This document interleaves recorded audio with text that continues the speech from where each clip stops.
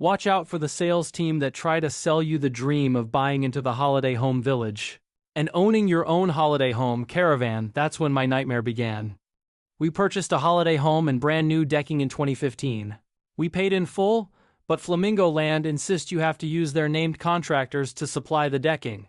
We had no involvement with the decking company. We were not on site when the decking was fitted. Flamingo Land had all the dealings with decking company, and they did not give us a date when it was to be fitted.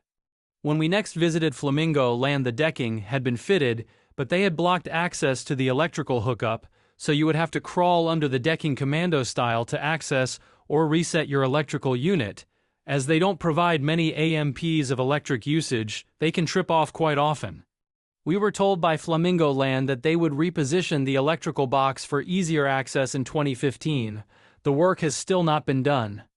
Every year when we paid the rates, we would ask about this relocation being completed.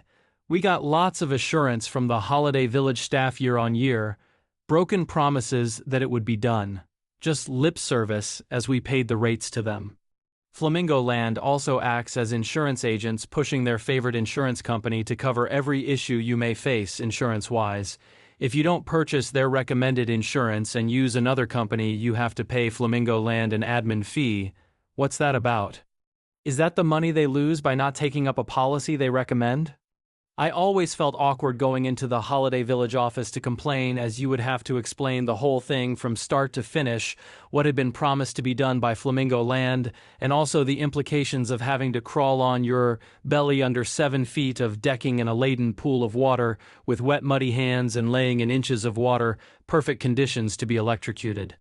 If you phone the main office to get someone to reset the trip switch, you have to go through the full story about why we cannot access it ourselves, due to the decking being fitted wrong and what needs to be done to reset it. Repeating this story every time we needed someone to reset this trip switch was very wearying. We are always told there is a call-out charge for it to be reset, that they will get to us ASAP as they are busy, which was always about 2 hours later. When staff did arrive, they would moan about having to crawl under decking in any weather conditions, especially when it had been raining and underneath was like a mud pit. In 2019, we sadly lost our mum, which was why we got the caravan, as she had been diagnosed with dementia before we bought the caravan.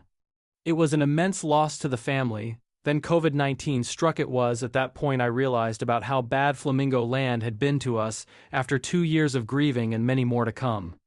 We were finally allowed on the resort as COVID-19 regulations had changed. I sent an email to the Holiday Village office as I wanted to make things more formal in 2021, as I